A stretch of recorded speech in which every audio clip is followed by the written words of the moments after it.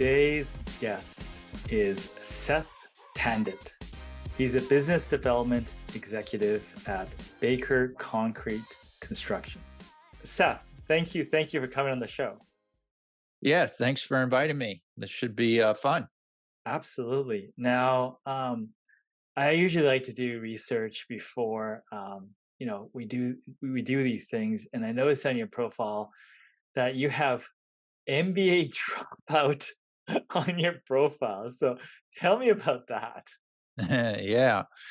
So, well, that was I guess over a decade ago. I was coming up in my career and had ambitions to do more, and I felt that MBA was another thing that I could have put in my on my resume and hopefully make some doors open, specifically with the company I was with at the time.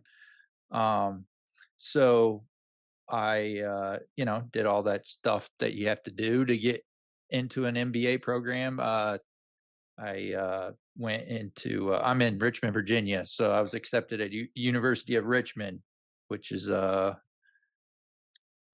would say one of the top schools. I guess I'm probably biased, but in the Mid Atlantic area, Northeast region, and so I was super pumped to join the program, and went in, and it was great. It definitely opened my eyes to uh, industries outside of construction. I'm in construction, and so I got exposed to all kinds of different folks that are in different industries: pharmaceutical, finance. Trying to think of what else. But yeah, I got exposed to those folks, and those folks do a lot of work internationally, and so yeah, the MBA program, went in there, was uh, very successful the first year. We did a opening, in at the beginning of the program. We do an opening weekend where we do a case study, and then we actually give a recommendation to a company on making an acquisition or not making an acquisition.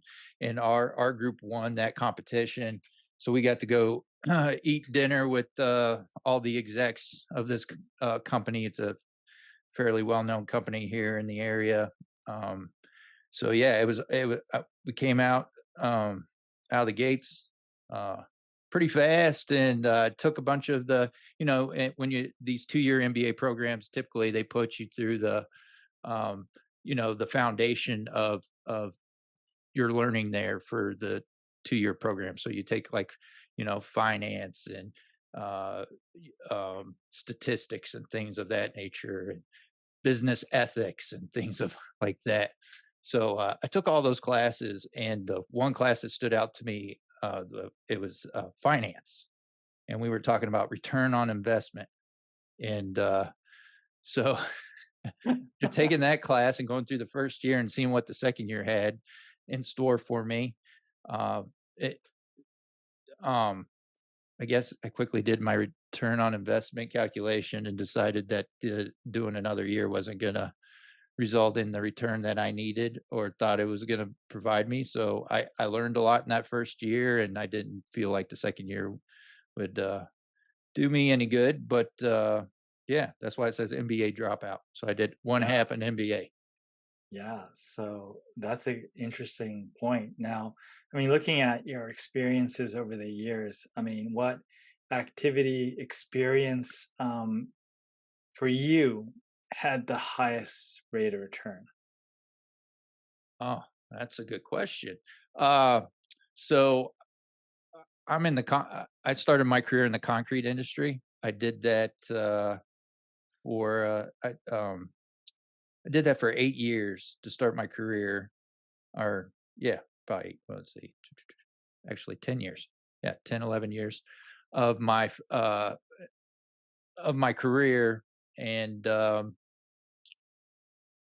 I decided, based on the amount of time I was traveling a lot through the Mid Atlantic doing projects um, up and down the Mid Atlantic here, and I wanted something closer to home, so I actually jumped out of concrete construction and went to a company, a uh, a third party logistics company, and went and ran that for 5 years, and that was I went into that job, had no clue what a 3PL was or anything like that. I had no clue what I was getting involved with. It sounded exciting. I like learning new things, and I learned a ton. Yeah, I learned probably 20 years worth of stuff in 5 years. I learned the importance of customer service. Um, we were working with folks all around the world, so I got even more exposure internationally. We were working with folks in China. Of course, we did a lot of importing for customers. Worked with the just countries that stand out to me: Turkey, England, and yeah. So that was definitely um, a learning experience. We worked with big companies, Amazon, Walmart, um, Bed Bath and Beyond when they were big. I guess they're not big anymore. Yeah, They went bankrupt. So we QVC, all those type of sure. folks. Home, So just yeah. going from a construction side of things, and this looks like on your profile, it's a startup, and you learned a ton of things. How did you get yourself into the position? Because those seemingly are quite different roles. You go from a very, I don't know, a lack of a better word, narrow scoped PM role to a ever reaching director of operations role. How did you find that opportunity, and what were the key learnings? I had a relationship with the owner. uh, yeah, it was a friend of mine. It's his company. We talked for a couple years about me moving over to his operation.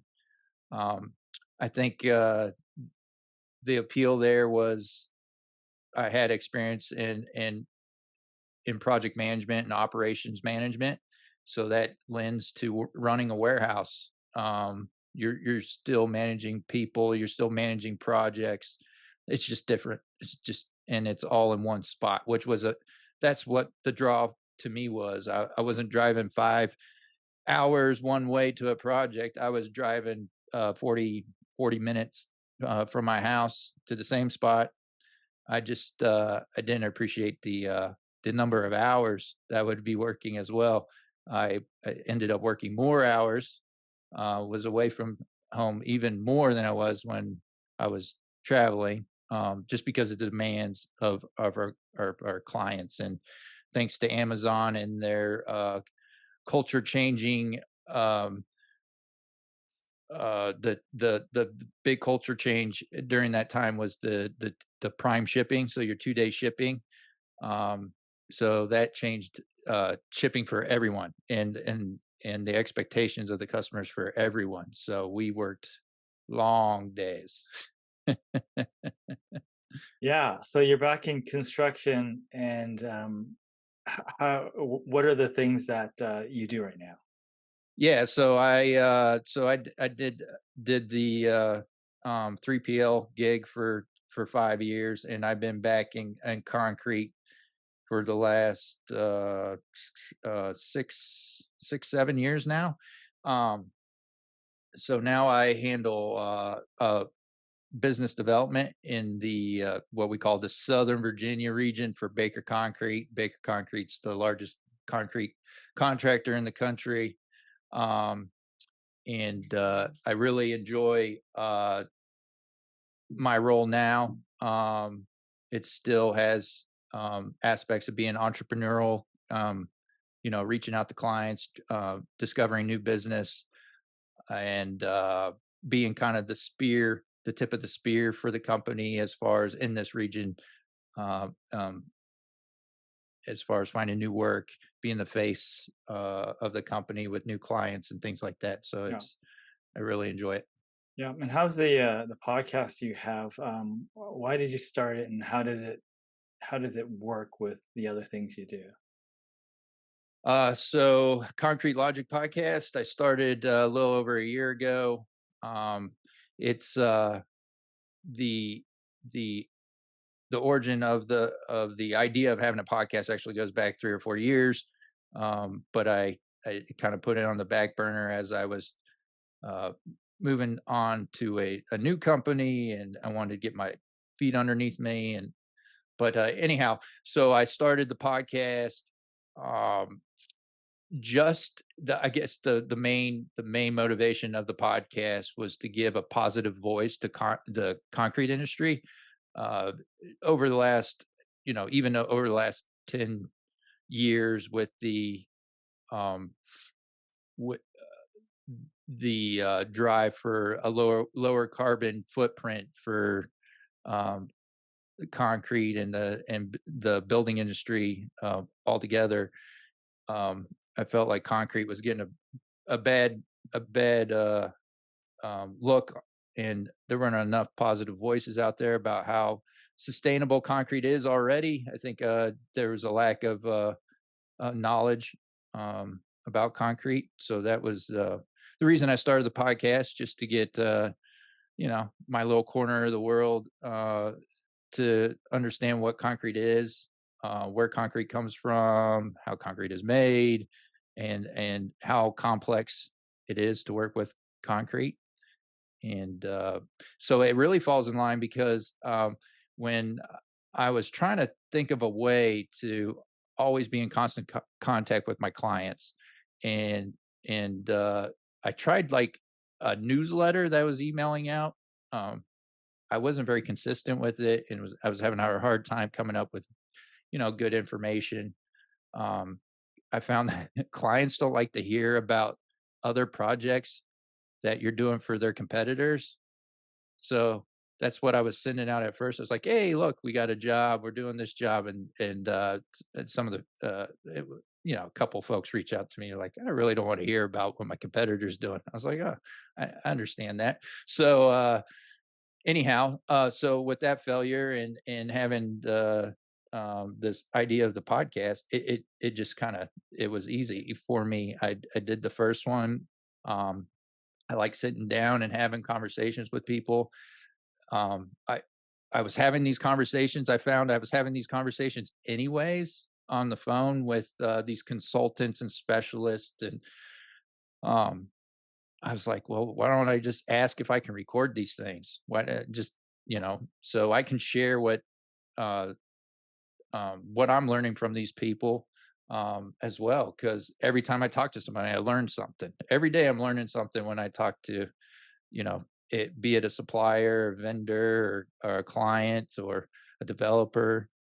Always learning new things. So just I guess my way of sharing, but also it kind of falls in line with my job, because it gives me an excuse to stay in contact with the clients, because I email all of our clients every time I release a podcast. So I if everything's going well, they hear from me once a week. So There you go.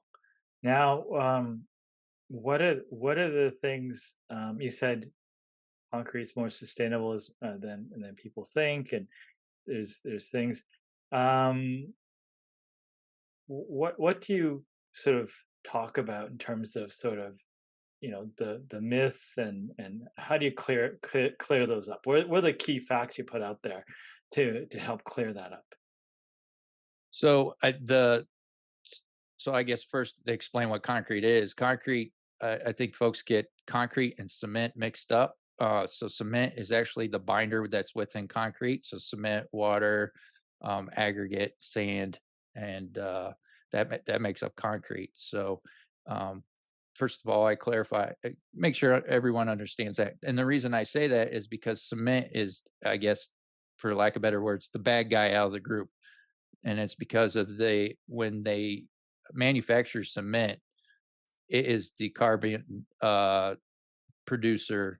Um, of all those things, it's the one that stands out, and it's because when they produce cement, they have to use a lot of heat.